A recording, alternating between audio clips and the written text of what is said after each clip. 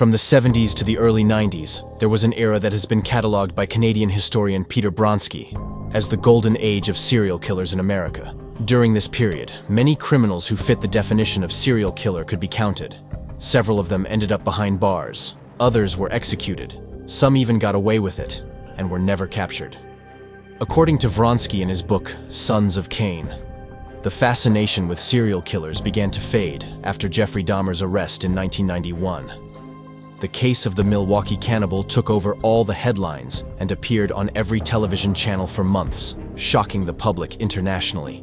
This interest resurfaced again in 1995, when more than 150 million viewers, over 57% of the country, tuned in to watch the verdict in the O.J. Simpson trials at 10 a.m. on August 3, 1995. The massive viewership of the verdict's live broadcast was a fitting end to the saga that had captivated the entire nation. When former American football player and actor O.J. Simpson was charged with the murder of his wife and her friend, changed the way people viewed serial killers, as they found really interesting that a celebrity committed a crime while O.J. was on trial. A subject named William Lester Suff was sentenced to death for strangling, stabbing, and mutilating 12 women in California. News that barely received media coverage. Suspicions that Suff was responsible for other 10 murders were not enough to arouse greater public interest either. Over the years, serial killers became less frequent, and few attracted attention. Perhaps one of the few exceptions was when in 2001, the authorities were able to find the identity of the infamous Green River murderer, a case that led decades without being solved. The arrest of Gary Ridgway, accused of strangling 49 women, revived to a certain extent the public's interest in this type of criminal. Something similar would happen in 2005 when an even more elusive serial killer could be arrested. Dennise Rader, also known as BTK, managed to elude the police and the FBI for more than 30 years and committed 10 horrendous crimes, while at the same time he behaved like an exemplary citizen.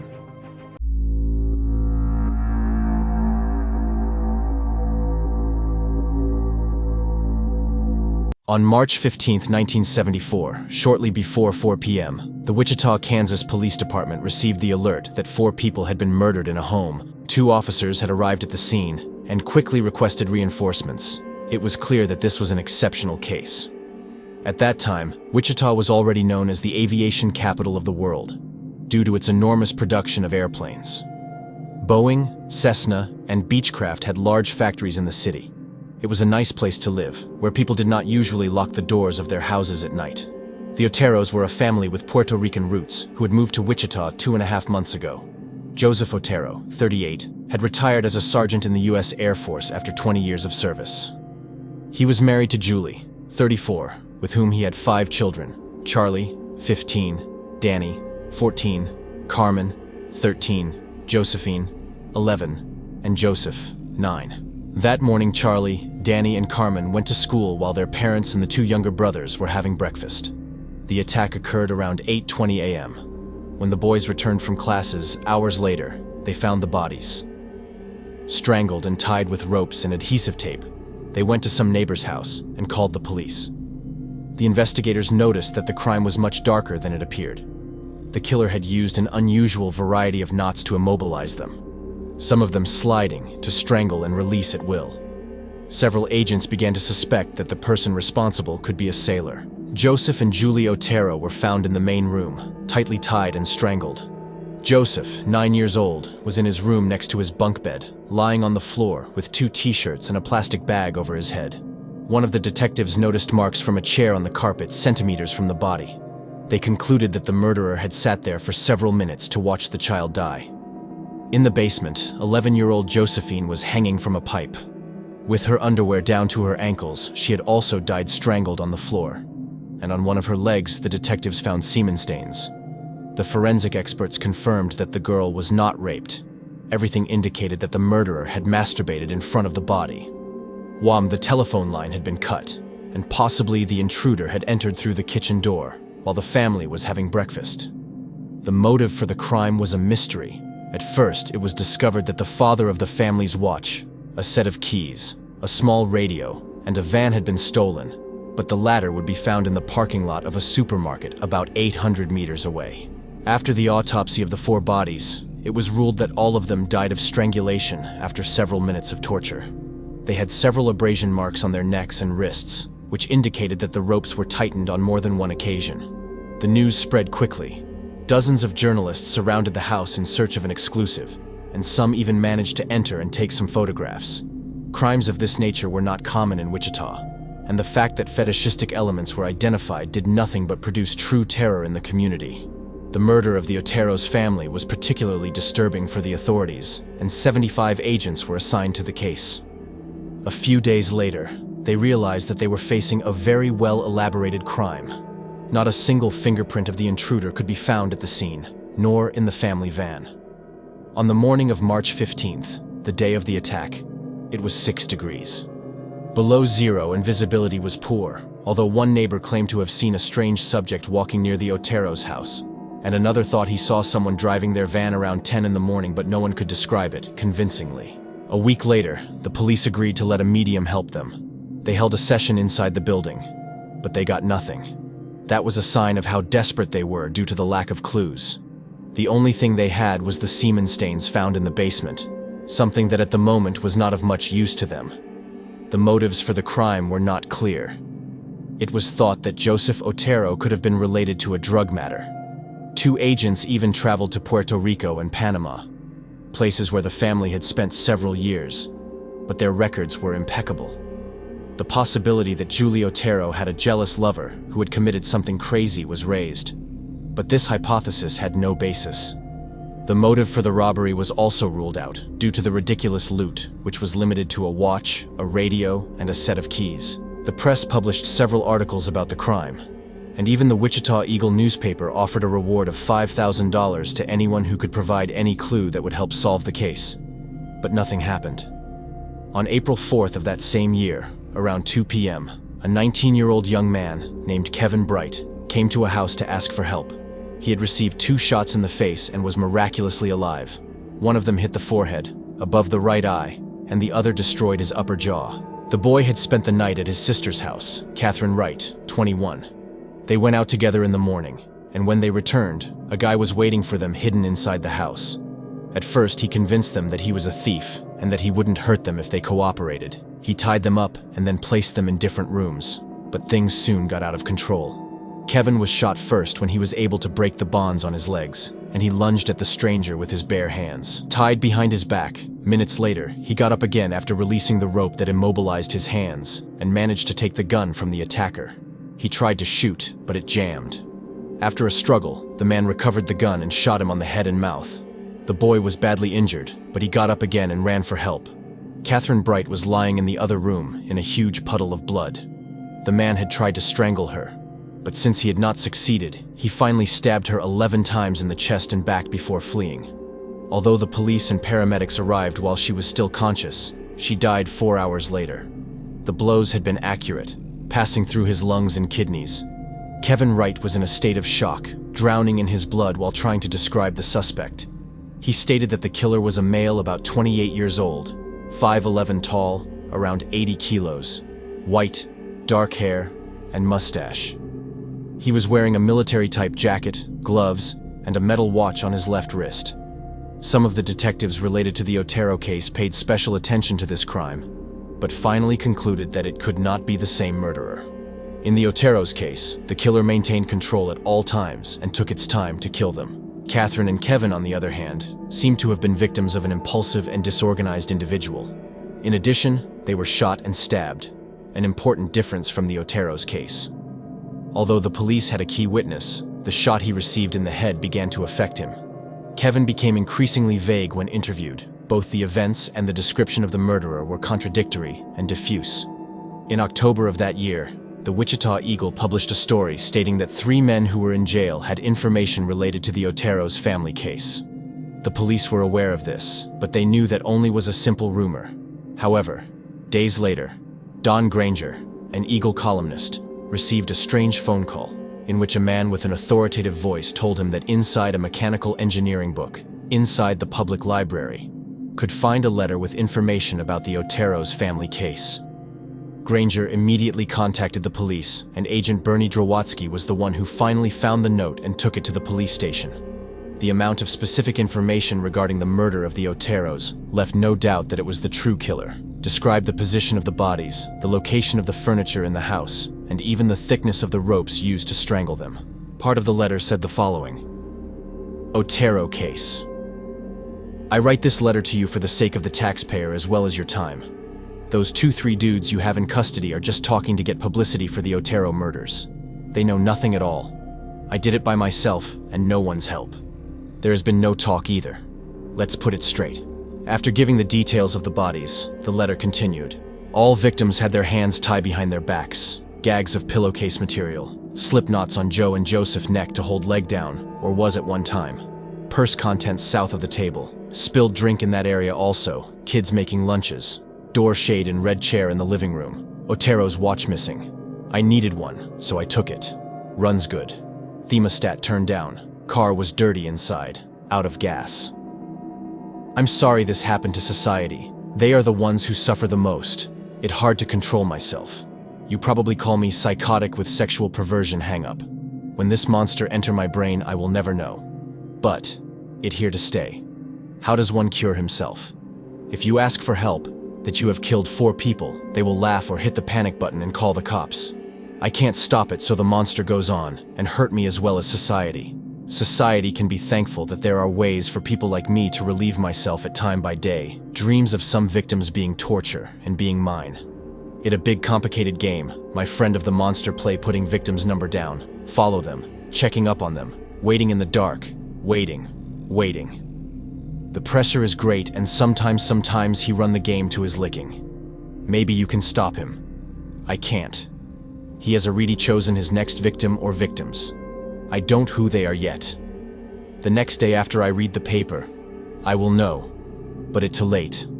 Good luck hunting. Yours, truly guiltily. The letter was not signed, but there was a postscript. P.S. Since sex criminals do not change their MO, or by nature cannot do so, I will not change mine. The code words for me will be: bind them, torture them, kill them. BTK, you see he added again. They will be on the next victim. The note had so many spelling mistakes that the researchers wondered if the author had written like that on purpose.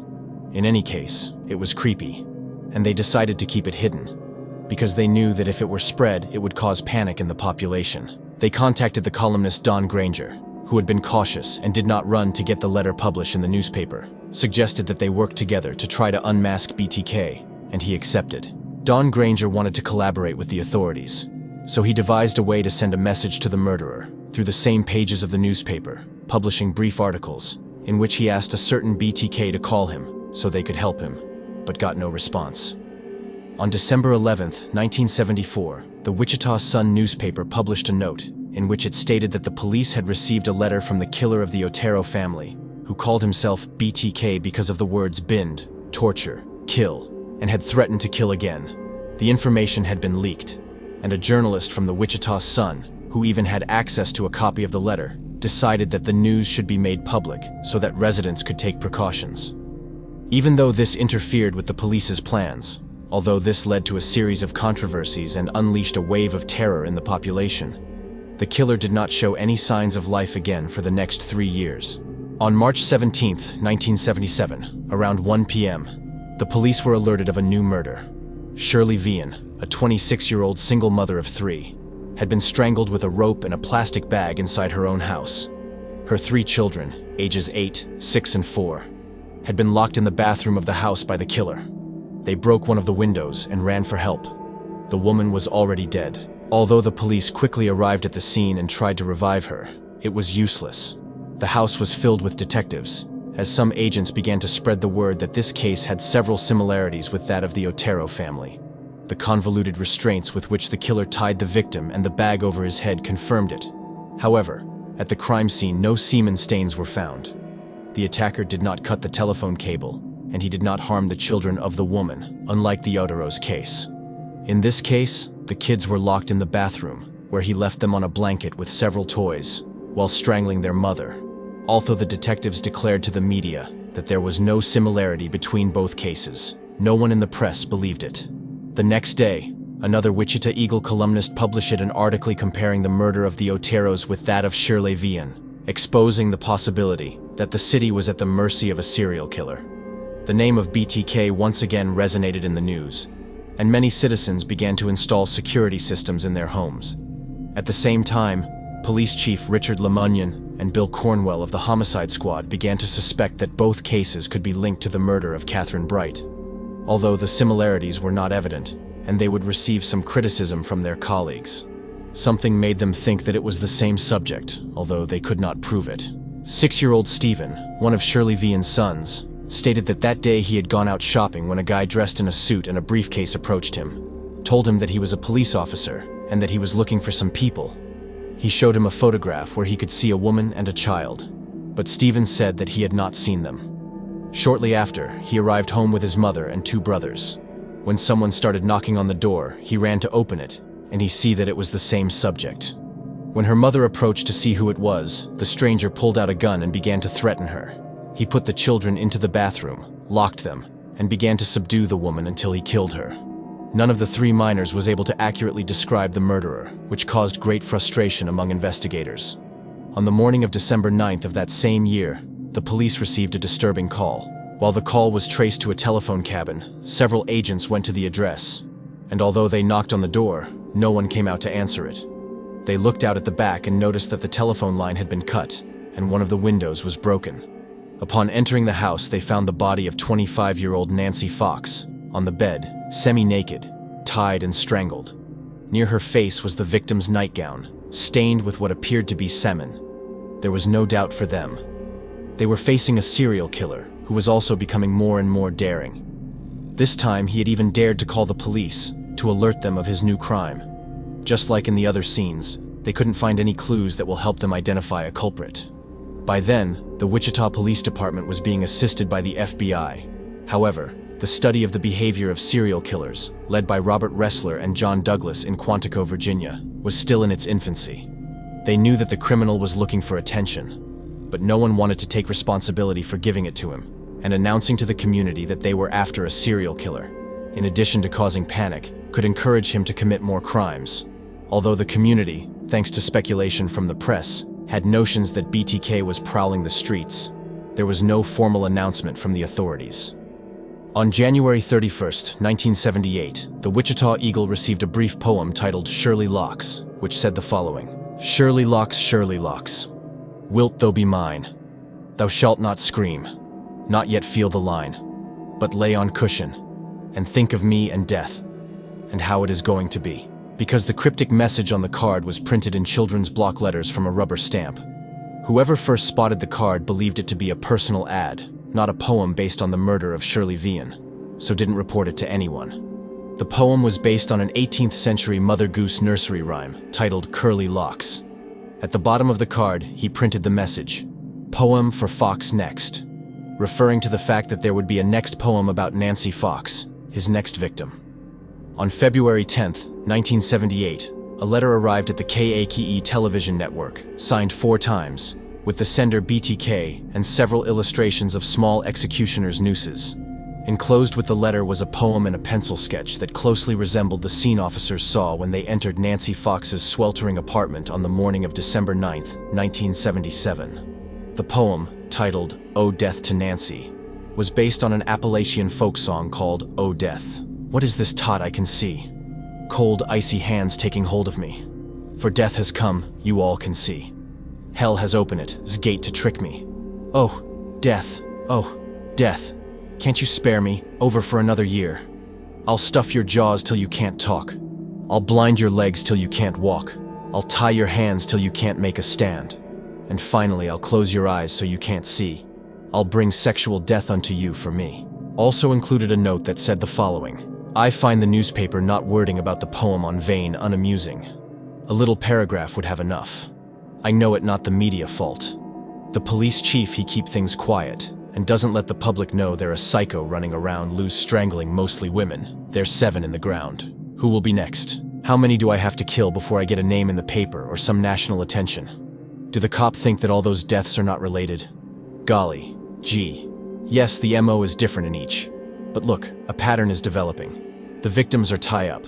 Most have been women phone cut. Bring some bondage mate or sadist tendencies. No struggle, outside the death spot. No witness except the Vanes kids. They were very lucky. A phone call saved them. I was going to tape the boys and put plastic's bag over their head like I did Joseph and Shirley, and then hang the girl. God, oh God, what a beautiful sexual relief that would been. Josephine, when I hung her, really turned me on. Her pleading for mercy, then the rope took hold, she helpless. Staring at me with wide terror-filled eyes, the rope getting tighter, tighter. You don't understand these things because you're not under the influence of Factor X. The same thing that made Son of Sam, Jack the Ripper, Avery Glatman, Boston Strangler, Dr. H.H. Holmes, Pantyhose Strangler. Of Florida, Hillside Strangler, Ted of the West Coast, and many more infamous character kill. Which seems senseless, but we cannot help it. There is no help, no cure, except death or being caught and put away. It a terrible nightmare. But you see, I don't lose any sleep over it. After a thing like Fox, I come home and go about life like anyone else. And I will be like that until the urge hit me again. It not continuous, and I don't have a lot of time. It take time to set a kill, one mistake, and it all over. Since I about blew it on the phone, handwriting is out, letter guide is too long, and typewriter can be traced too. My short poem of death and maybe a drawing. Later on, real picture and maybe a tape of the sound will come your way. How will you know me? Before a murder or murders, you will receive a copy of the initials BTK. You keep that copy, the original will show up someday on Guess Who. May you not be the unluck one. P.S. How about some name for me? It's time. 7 down and many more to go. I like the following. How about you? The BTK Strangler, Wichita Strangler, Poetic Strangler, the Bond Age Strangler, or Psycho, the Wichita Hangman, the Wichita Executioner, the Garota Fathom, the Asphyxiator. He gave explicit details of the last 3 victims, referring to them as Number 5, Number 6, and Number 7, and also spoke of a possible new victim, Number 8. Next victim. Maybe. You will find her hanging with a wire noose. Hands behind back with black tape or cord. Feet with tape or cord gauge, then cord around the body to the neck. Hooded maybe. Possible seminal stain in anus or on body. Will be chosen at random. Some pre-planning motive Factor X. The director of the KAKE, Ron Lowen, was called urgently when the letter was received, which could be an unprecedented exclusive if published in the evening news. But he decided to go to the police. Richard Lemunyon read the letter. And then, after a few minutes, he told Lowen that they had to talk. He confessed that the police were already aware of the situation, but that they did not know how the killer could react if his letters were published in the media. They did not want to encourage him to kill again. Even so, he understood that the situation would continue escalating and authorized him to break the news on television, in addition to offering to send a message to the community. That day, on the 6 p.m. news, Ron Lowen and Richard Lemunyon appeared in front of the cameras, announcing that a dangerous serial killer was loose in the city and that he had already claimed 7 victims. Lemunyon later offered a press conference, where he also said that they still didn't know the identity of the killer. The citizens were terrified. Some people claimed to have received calls from someone who claimed to be BTK and who threatened them with death. But they turned out to be stupid jokes. That the authorities recognized the existence of a killer of these characteristics, who attacked houses apparently at random, led to thousands of families beginning to use security systems, in addition to purchasing guard dogs and firearms to defend themselves. The desperation of the authorities to find the murderer was beginning to be evident. In the BTK letters, he mentioned several times the location of his victim's glasses. They also appeared placed on a nightstand, in Nancy Fox's drawing, and the agents thought that it could be a clue. During an interview given to KAKE by Police Chief Richard Lemunyon, while talking about BTK, a drawing of glasses appeared for a split second, and the text, "Call it the police chief right now." A lot of pranksters called claiming they were BTK, so the subliminal message was of no use. On April 28, 1979, a 73-year-old widow named Anna Williams arrived home around 11 p.m. after spending the evening with some friends. She found her room in disarray. Some jewelry, clothes, and $35 had been stolen. She tried to call the police, but when she picked up the phone, realized that someone had cut the cable, immediately remembered the news about BTK and ran out for help. A few weeks later, she received a letter. Inside the envelope, there was one of his handkerchiefs and his jewelry, in addition to a drawing of a naked woman tied to a bed. It also included a poem, in which the killer asked her why she hadn't come home that night. He had been waiting for her. The Keiki television network received a copy of the same letter, and one of the post office managers was able to describe the subject who delivered it. He was a white man, about 40 years old, and clean-shaven. He was approximately 5'9" tall, and was wearing a denim jacket and gloves. The Keiki immediately contacted the police. Several things caught the attention of the investigators. Williams was an older woman and did not match the profile of the victims of BTK. They soon discovered that the old woman received constant visits from a 24-year-old granddaughter, and perhaps it was her who the killer was looking for. They also noticed that he had signed the letters with his characteristic acronym. However, there was a variation. The letter B was tilted, and the letters T and K were together. Something that continued to worry the agents was the number of spelling mistakes in BTK's letters. He was supposed to be someone intelligent and meticulous. The question was, if he wrote like that to confuse them, did he suffer from some type of cognitive problem? Or he was simply ignorant? Or perhaps it was an encrypted message?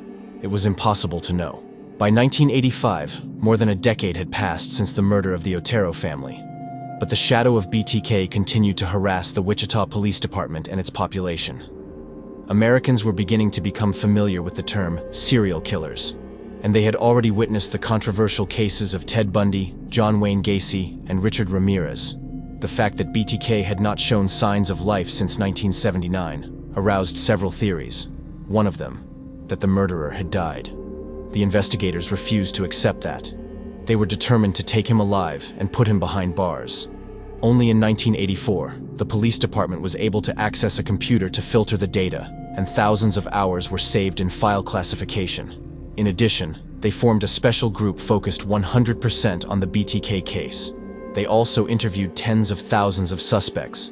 Not only did they interrogate them, but thanks to advances in genetics, there was the option of collecting blood and saliva samples to compare them with the semen samples found at the crime scenes. Even the FBI, which presented new theories about human behavior, helped by providing advice to profile the murderer. Later, it would also collaborate with its DNA database, but all in vain. The special group that had been formed for the arrest of BTK was soon nicknamed by the rest of the police department, the Ghostbusters, a feature film that was a box office success in 1984. In fact, one day they found a poster of the movie stuck in front of their doors. That is the classic black humor of the police. In May 1985, the body of a 53-year-old woman named Maureen Hedge was found next to an irrigation ditch northwest of Wichita. The body was in an advanced state of decomposition and had been partially devoured by animals in the area. She was naked. In the autopsy, it was revealed that she had been strangled. Hedge had disappeared 9 days earlier on April 27th, and since then the police had been trying to track her down. Her vehicle was found in a shopping center, but apparently she was attacked upon arriving home. Several agents raised the alarm when it was discovered that the telephone line had been cut in the house. The case was strange, although they suspected that it could be BTK. He had never attacked a woman and had left her outdoors. Furthermore, she did not have any ligatures. That did not match her profile or her modus operandi. On September 16, 1986, the body of Vicki Wegerle, 28 years old, was found by her husband in the marital bedroom when he returned from work. Her 2-year-old son was also at home, but he didn't do anything to him. The body of Vicki was half naked on the side of the bed, tied at the feet and hands. She had been strangled with stockings. She also had several bruises on her face. The family vehicle had been stolen from the home, a 1978 gold Monte Carlo, although it was found a few hours later on a nearby street. Bill Wegerle, Vicki's husband, saw it pass before arriving home that day. But since it was a man driving it, he thought it was not his car. He told the police that when he entered the house and saw his son alone, he thought that Vicki had gone shopping. He looked in the room, but since the body was on the side of the bed, he could not see it immediately. It would be 45 minutes before when he discovered it. It all sounded too strange for the police. The Wegerle case raised a lot of controversy. Bill became the main suspect and was subjected to increasingly harsh interrogations, even though several detectives believed that he had murdered his wife. There was no evidence to incriminate him. On the other hand, the group assigned to the BTK case knew perfectly well that Bill was innocent. Police Chief Richard Lemunion would leave his position in 1988. Despite all his efforts, the BTK case represented his worst failure, as it did for the rest of the officers involved. On January 19, 1991, A 62-year-old woman named Dolores Davis disappeared from her home near Park City. The authorities paid special attention to this case because when they searched the home, they discovered that the telephone line had been cut off. On the morning of February 1st, almost 2 weeks later, a teenager who was walking with his dog found Davis's body under a bridge, partially frozen and devoured by animals. The body had the hands and legs tied with stocking. Also, the police found a mask tied around his neck. The macabre crime alerted all the detectives linked to the case of the BTK killer. Although at that point, the investigation was at a standstill. It looked very similar to the murder of Maureen Hedge, committed in 1985, although this time the body did have ties. Suddenly the murders stopped, the community's fear of BTK gradually faded, and his name was forgotten. Several of the police officers and detectives who tried to solve the case ended their careers with the helplessness of never having even been close to discovering who the killer was. By 2004, some of the new officers of the Wichita Police Department had not even been born when the murder of the Otero family was committed. The acronym BTK didn't say anything at all, not even to the Eagle's young columnists. However, Hearst Laviana, a journalist who closely followed the case since 1984, remembered it perfectly. On January 17th of that year, Laviana published a commemorative note about the Otero family. On the 15th of that same month, 30 years after the crime and the person responsible was never caught. In the article, in addition to explaining that BTK had committed other murders, he interviewed a lawyer who had been writing a book on the subject for years. At the same time, Laviana reflected on how BTK no longer aroused fear or interest locally. Many of the citizens didn't even know that a serial killer had existed in Wichita when someone asked them. On March 19th, the Wichita Eagle received a letter, and inside it included a photocopy of 3 photographs in which a dead body appeared. It also included a driver's license belonging to Vicki Wegerle. At the bottom right, there was a strange graffiti that seemed to say BTK, with the B simulating a pair of breasts and the letters T and K forming open legs. Glenda Elliott, the editor's assistant, was the first to see the letter. She was a woman who had been working there for many years, and she remembered the BTK case. She immediately notified his superiors. Everyone was surprised. Apparently BTK was still alive, and Laviana's article had motivated him to show signs of life. After a couple of days, Laviana went to the police and gave them the letter. But not before making a copy. The most senior agents immediately responded to the call. Vicki Wegerle's driver's license was real, according to the case reports. It was clear that no one took photographs at the crime scene, because when the ambulance arrived, the first thing they did was take her to the main room to try to revive her, since the room where they found her was too small to carry out the maneuvers. Those photos could only have been taken by the murderer before leaving that day. The sender of the letter said Bill Thomas Kilman. Both the name and the address were false, although they clearly had an intention. Bill Thomas Kilman was a made-up name, but his initials formed the sign BTK. The last name Kilman referred to the murder, and the address Old Manor probably referred to an older man. If the words old and man were rescued, the detectives immediately deduced that the author of the note was making fun of them. The head of the homicide squad, Ken Landwehr, like some of the most senior agents, knew the case very well.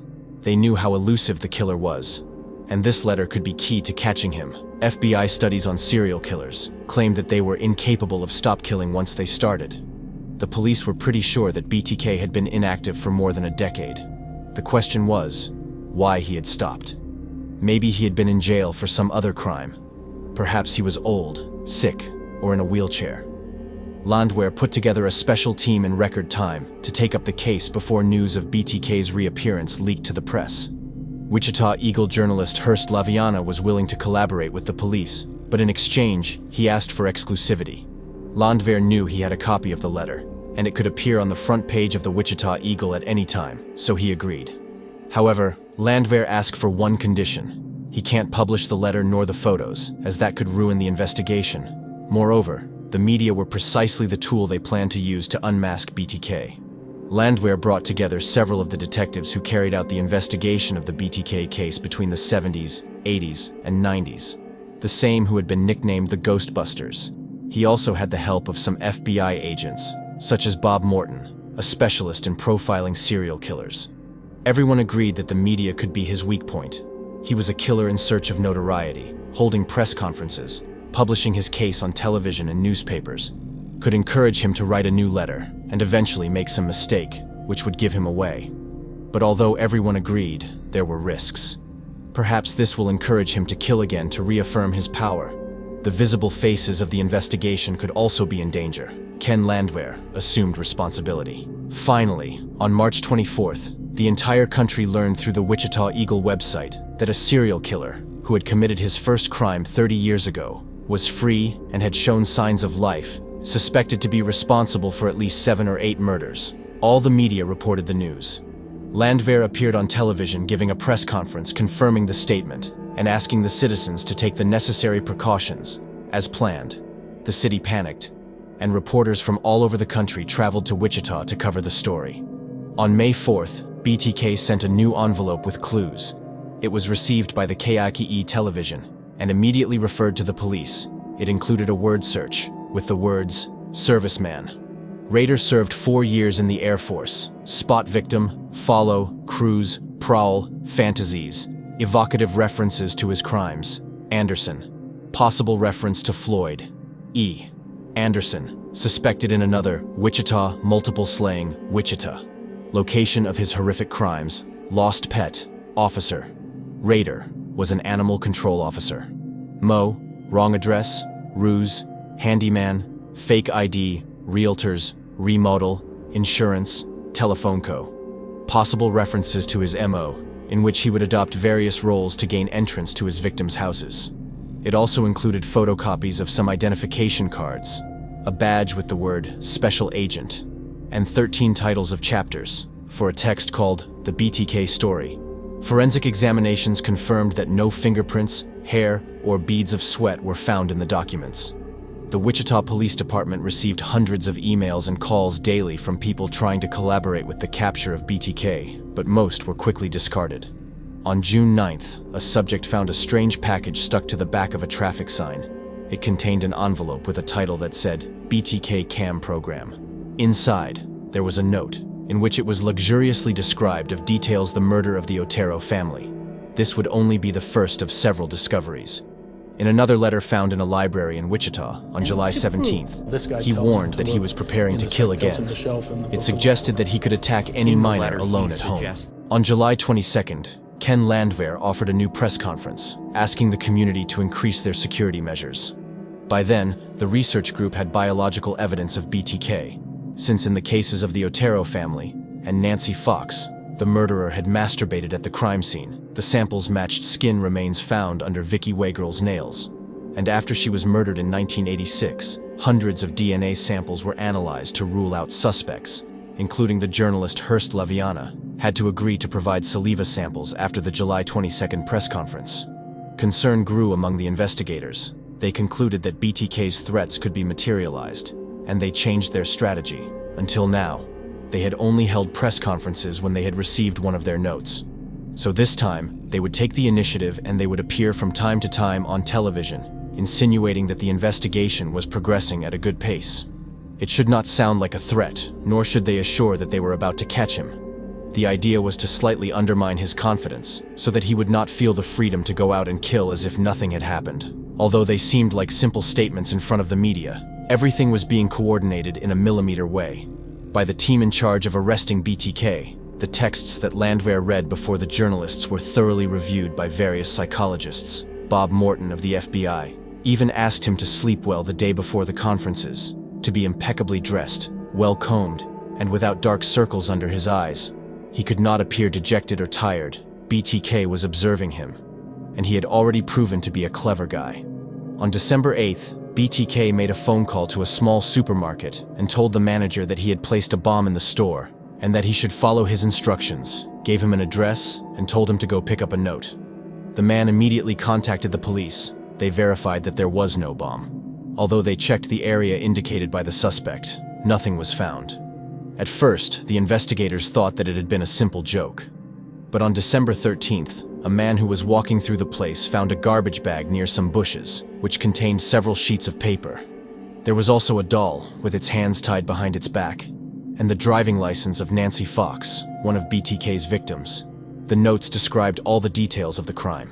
BTK was not only providing information about the murders, but he was revealing data about his personality.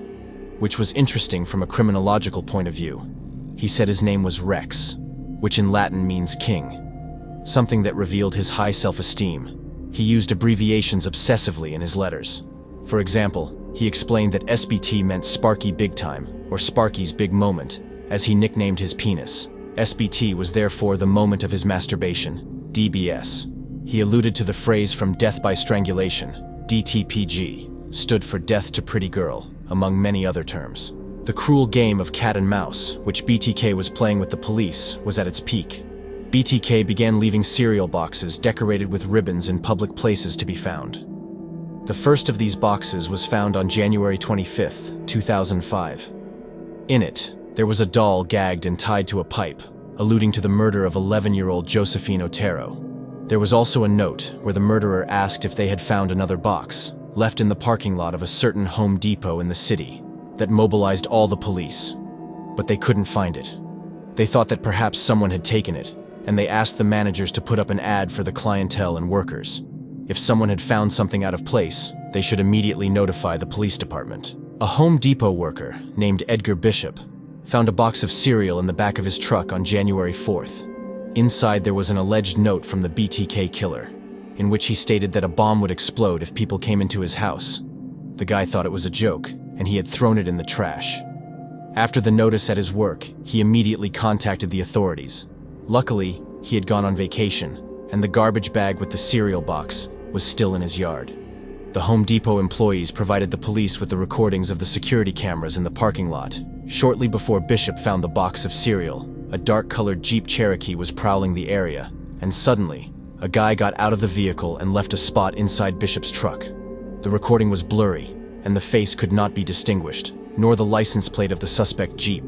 The discovery of this particular box would be crucial for the investigation. This box included a Nancy Fox necklace, which the murderer had stolen from the crime scene. The note inside surprised investigators and said the following: "Can I communicate with floppy disks and not be traced to a computer?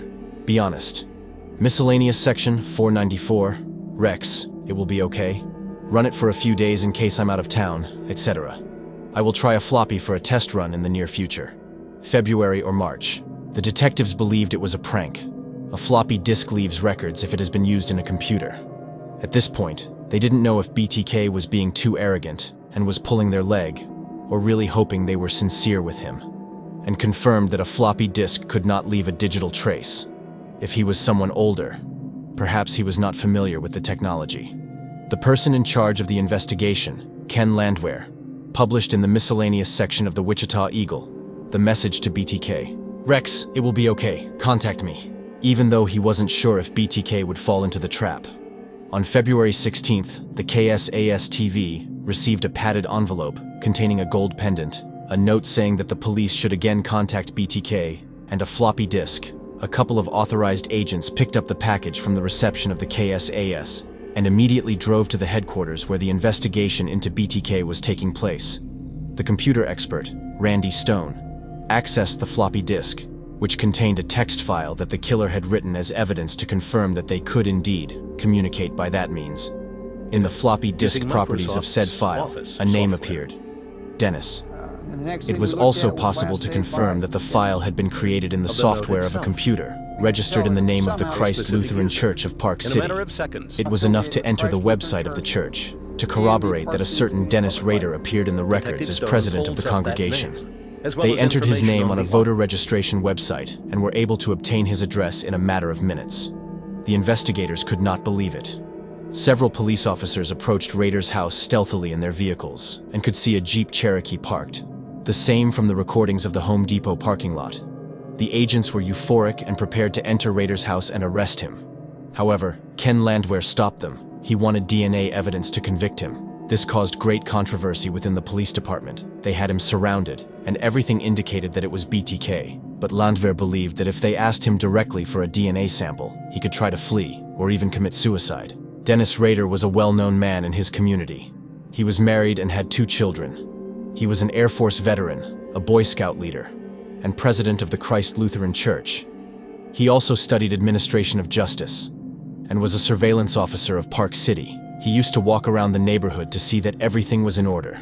Some residents had complained about his haughty and bureaucratic behavior, and he filed violations for minor issues, such as having the grass too long. Landwehr found out that the suspect's daughter, Carrie Rader, was a student at Kansas State University, the health center of the residence. Kept the medical records of its students and biological samples. He immediately sent one of his agents to search for said samples. From there, they would obtain the DNA that was on the verge of legality. 4 vehicles of undercover agents surrounded the neighborhood and stayed all night guarding Rader's house. They were only waiting for Landwehr's order to act. The next day, Ken Landwehr offered a new press conference referring to the BTK case, talked about how they had been communicating with the killer, and assured that the investigation was progressing. He was calm, and nothing gave away his true state of mind. When Carrie Rader's DNA samples confirmed that her father was BTK, Ken Landwehr organized the operation for the arrest. Dennise Rader would be arrested by a special team on February 24th, while driving his vehicle and returning home to have lunch with his family.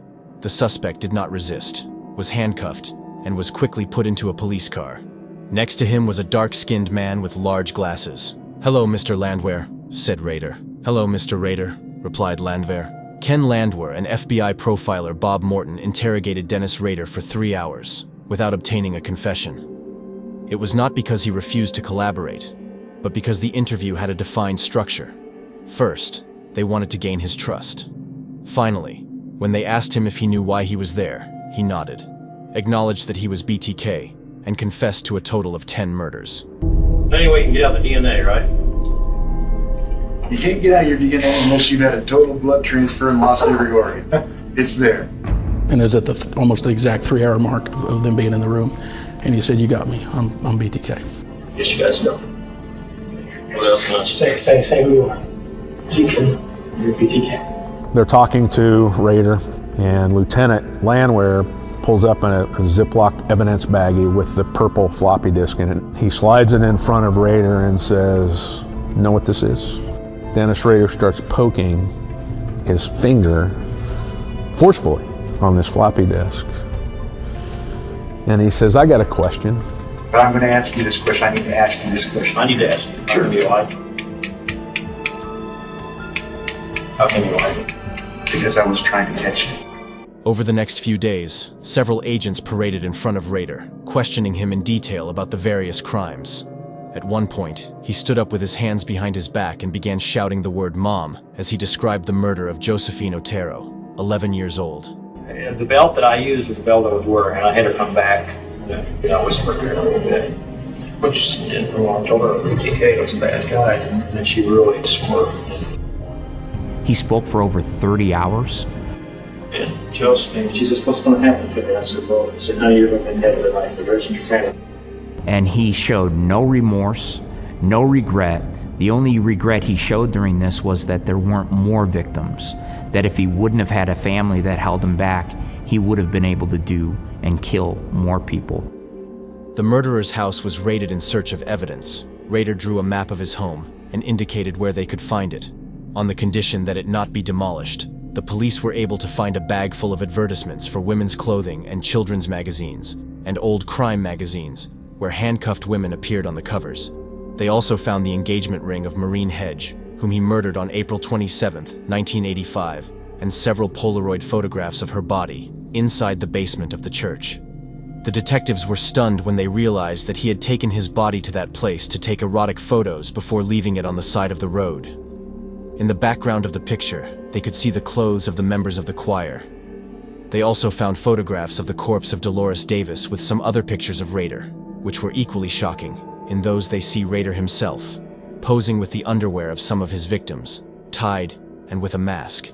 In some of them, he appeared suspended with an elaborate system of ropes, and in others, he was even half buried in what appeared to be improvised tombs. These photographs, which he took using a tripod and a remote control, were used to masturbate. There also was what he called the mother lode, a locked drawer in a city hall, full of crime mementos that he kept stored at his work.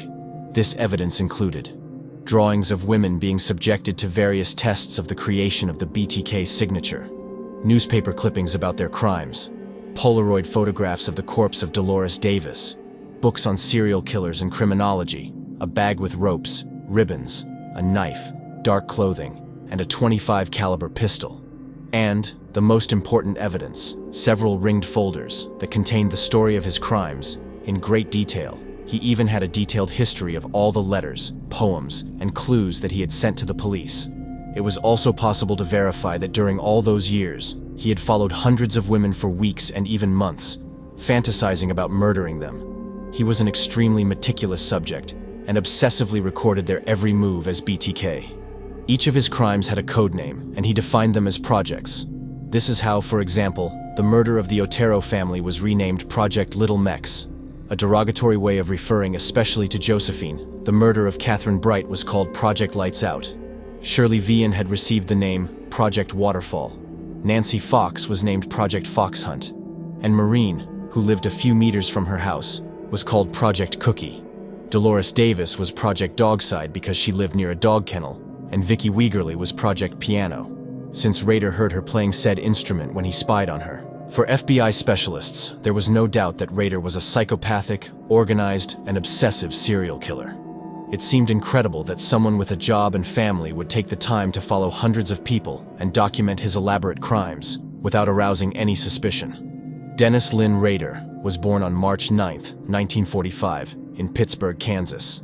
He was the oldest of 4 children and never stood out too much in school. He was a reserved boy, although he liked to participate in all the activities.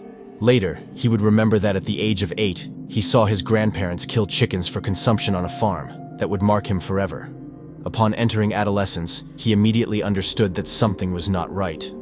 While his schoolmates joked about kissing and having sex with other girls, he fantasized about tying them up and strangling them. He even killed dogs and cats with ropes to satisfy his sexual urges, but he longed to do it with a human being. One of Rader's favorite practices was to follow and spy on young girls. He had done it since he was a teenager. He could even sneak into their rooms to steal their underwear. However, the idea of killing had already been introduced and settled in his head several years before. On one occasion, a teacher reprimanded him in class, and he felt humiliated. That night, he visited her house and saw her through one of the windows. He had a rope tied around his waist, and he began to squeeze the rope until he had an orgasm. He graduated from high school and attended college, later entering the U.S. Air Force, where he served as a technician, spending several years in Texas, Alabama, and even traveled to South Korea, Greece, and Turkey. He met a girl named Paula Dietz, whom he married on May 22, 1971. They had 2 children and moved to Park City, Wichita, Kansas. Between 1972 and 1988, he worked as an assembler at the Coleman Company, at Cessna, and at the private security company ADT. At the same time, he had graduated from Wichita State University as a judicial officer. By then, he had also become a serial killer. During the trial, Dennise Rader detailed each of his crimes with a chilling coldness, and also showed off his knowledge about serial killers and their behavior. So we're talking first of all about Joseph Otero. So you'd put the bag over his head and tied it. And he did not die right away. Can you tell me what happened in regards to Joseph? He moved over real quick like, and I think tore a hole in the bag, and I could tell that he was having some problems there. But at that time, the whole family just went, they went panicked on me, so I worked pretty quick. I got You worked pretty quick. Well, I mean, I strangled Mrs. Otero, and she went out, or passed out. I thought she was dead. She passed out. Then I strangled Josephine. She passed out, or I thought she was dead. And then I went over and put a bag on Junior's head, and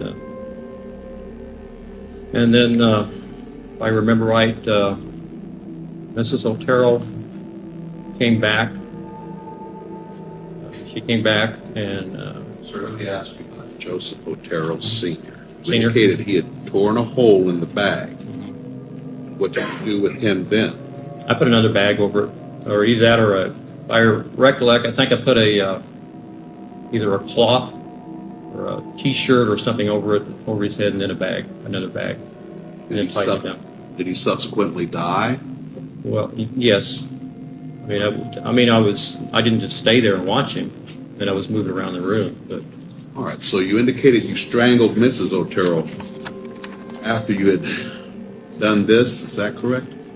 now I went back and strangled her again, and that finally killed her at that time. So this is in regards to count 2. You had, first of all, put the bag over Joseph Otero's head. He tore a hole in the bag. Then you went ahead. Did you strangle Mrs. Otero then, Okay. or did you go First back? of all, Mr. Otero was strangled, or a bag put over his head and strangled. Then I thought he was going down, and I went over and strangled Mrs. Otero. I thought she was down. Then I strangled Josephine, thought she was down, and then I went over to Junior and put the bag on his head. After that, Mrs. Otero woke back up, and she was pretty upset and what's going on. So I came back, and at that point in time, strangled her for a death strangle at that time. With your hands or what? No, with a cord, with a rope.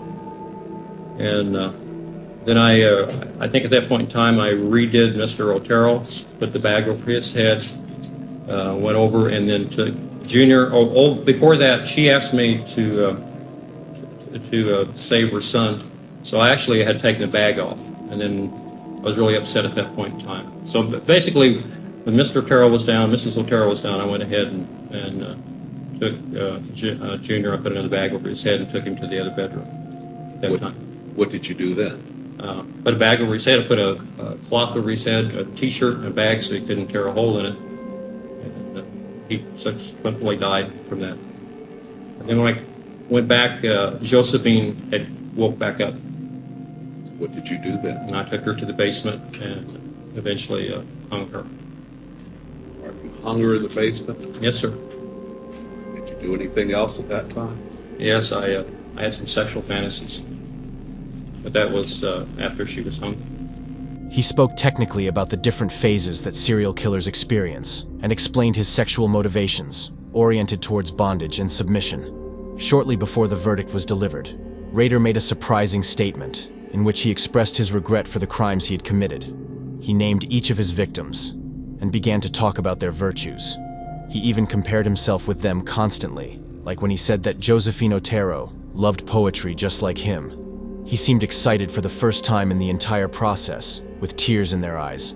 However, it is possible that he only felt sorry for himself, even though he was talking about his victims.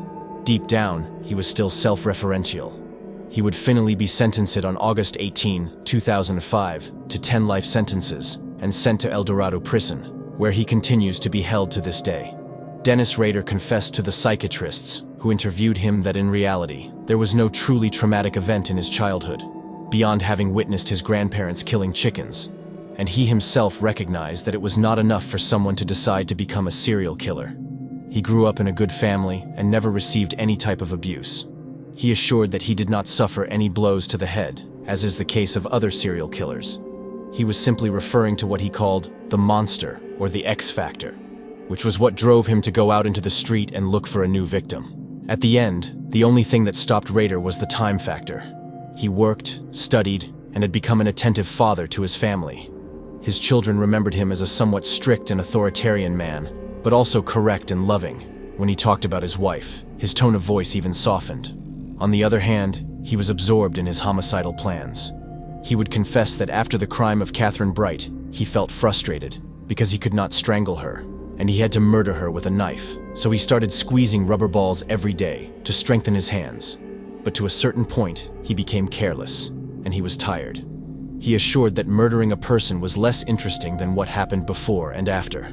Following his potential victim for weeks, knowing their habits and schedules, giving them a project name, and then following the news of the crime. Those were the things that he enjoys.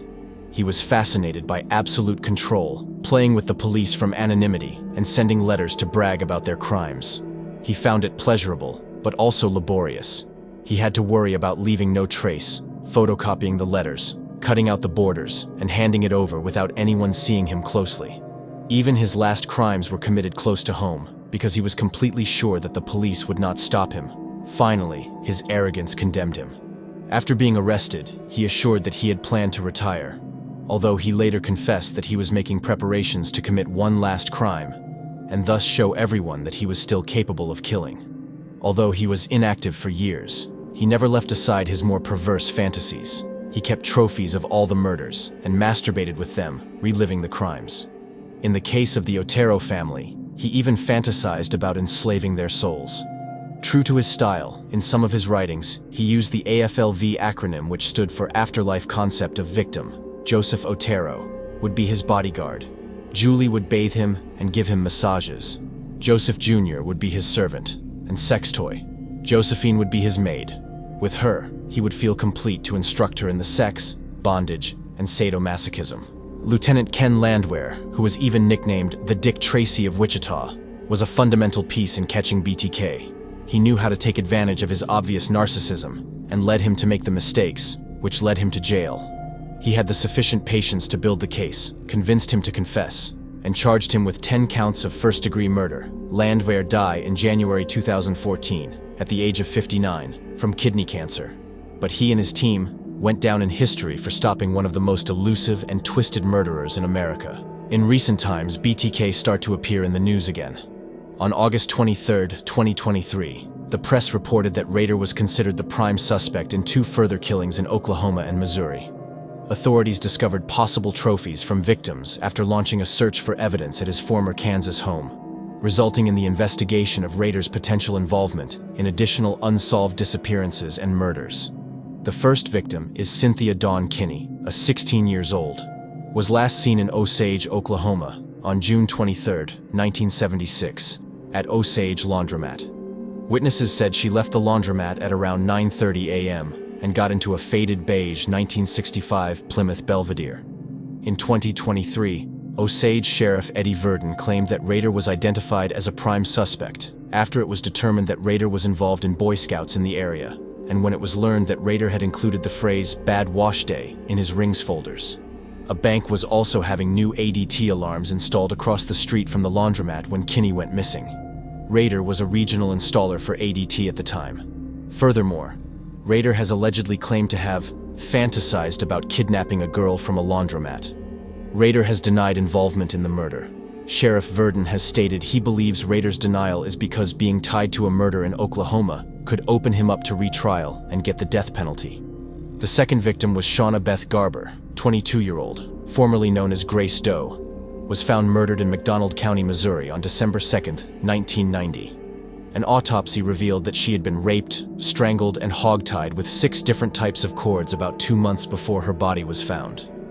Garber went missing from Topeka, Kansas, on November 3rd, and her remains were identified in 2021. In 2023, authorities announced that Rader was the prime suspect in Shauna's murder due to photographic evidence found in one of his journals, which tied him to the crime scene. Well, we get to the end.